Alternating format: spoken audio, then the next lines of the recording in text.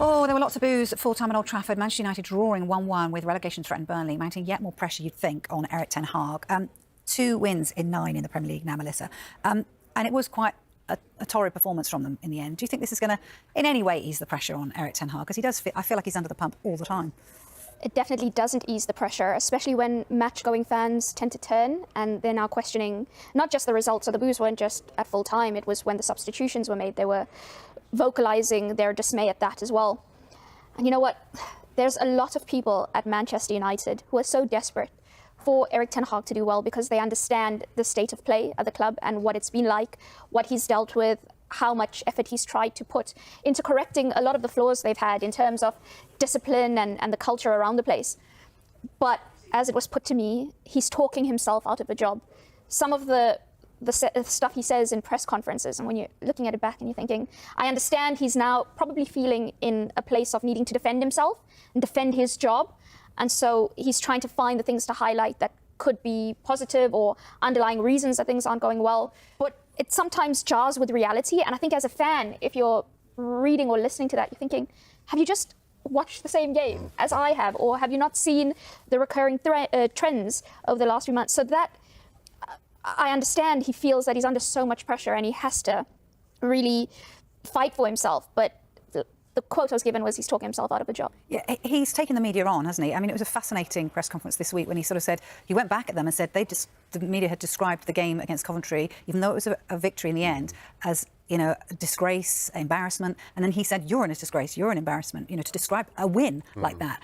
Is he fighting the wrong battles at times? Because, you know, is it really important? And I say that genuinely, is it important to get the media behind you as a manager, to get the fans behind you? Because actually the job might itself become a little bit easier. Well, the first thing to ask is, what is the media now? And I was very fascinated by that in midweek, because it's changed now from the days when you would wait until newspapers landed either around about 10:30 at night or the following morning. Now, fans are making their judgments on matches in real time. You only have to go on social media and look down the side and you can see what fans, the people with the financial investment as well as the emotional investment, the way that they are assessing matches. So, and what very often journalists do is they take into account, that's our job, to take into account what the fans think of it. We cannot be arrogant enough to believe that we are the arbiters and we are the only people who can decide what that our judgment of a game is the be-all and end-all. The fans matter. The agenda's already there. It's already there. So, United have launched an investigation into the 25-year-old star, who faced an uncertain future during contract negotiations.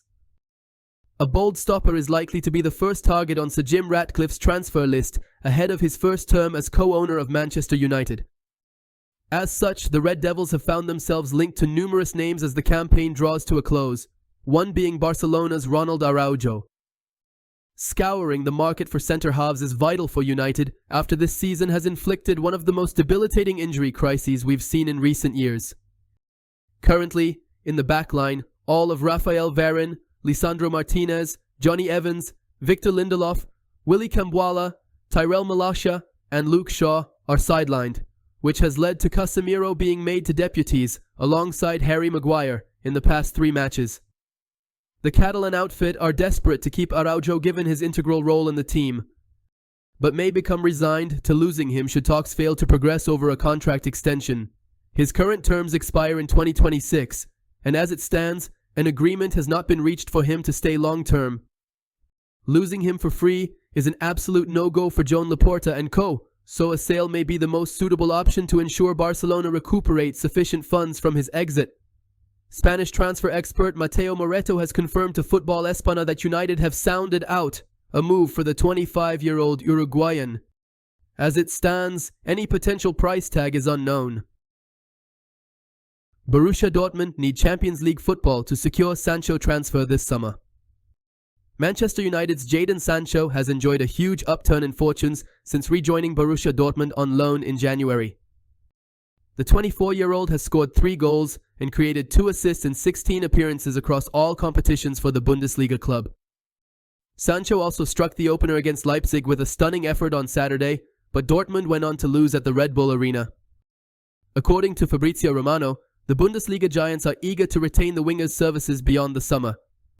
But United are expected to demand a huge fee to let the England international, who cost them $73 million to sign in 2021, leave Old Trafford in the next transfer window. Dortmund could reportedly struggle to meet the Red Devils' demands if they fail to qualify for the Champions League next season. They need to secure European football to make Sancho's loan move permanent this summer. The German outfit are 5th in the Bundesliga standings, 5 points behind Leipzig.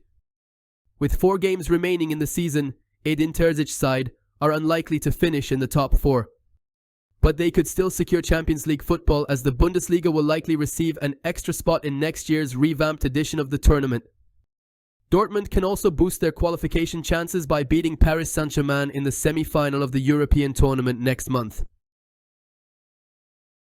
Manchester United midfielder Scott McTominay will have a scan tomorrow following injury, early signs slightly concerning. Manchester United midfielder Scott McTominay will have a scan tomorrow following his injury against Burnley, but the early signs are slightly concerning, according to Insider United. The United social media outlet has inside sources relating to injury news at the Old Trafford club and has proven reliable all season, and an official update from the Red Devils is expected in the coming hours. McTominay was replaced with Mason Mount for the final few minutes of the Premier League match after going down in the penalty area during the stoppage time of the draw between both sides. The Scotland international came on for Casemiro in the 65th minute before suffering the blow. Man United manager Erik ten Hag claimed after the game that it is too early to judge the seriousness of the injury, but it could be serious. The Red Devils return to action next Monday with a trip to Crystal Palace before games against Arsenal, Newcastle United and Brighton and Hove Albion, and being without McTominay will be a huge blow. They also face Manchester City in the final of the FA Cup, and will need the 27-year-old available to boost their chances of ending the campaign with silverware. The scan tomorrow will determine how long McTominay will be out, and the Red Devils will be waiting nervously for its result. Ten Hag hails perfect mindset of excellent United star who stepped up in recent matches. Erik ten Hag is pleased with the job Casemiro is doing in defence while deputising for the sideline centre-halves. The Manchester United stalwart has always been a mainstay in the starting 11 when fit, but he has been made to navigate out of his comfort zone in the past 2 matches when partnering Harry Maguire in front of Andre Onana. Both games have been tumultuous ones, initially with the Reds' 6-goal thriller in the FA Cup semi-final win over Coventry City, followed by a cagey clash with bottom-of-the-table Sheffield United, in which the away side led twice in the 90 minutes. It remains to be seen when Casemiro will return to his usual position alongside Casemiro in midfield. Lisandro Martinez is expected to resume training with the squad next week, so you'd hope that he can make his long-awaited comeback sooner rather than later.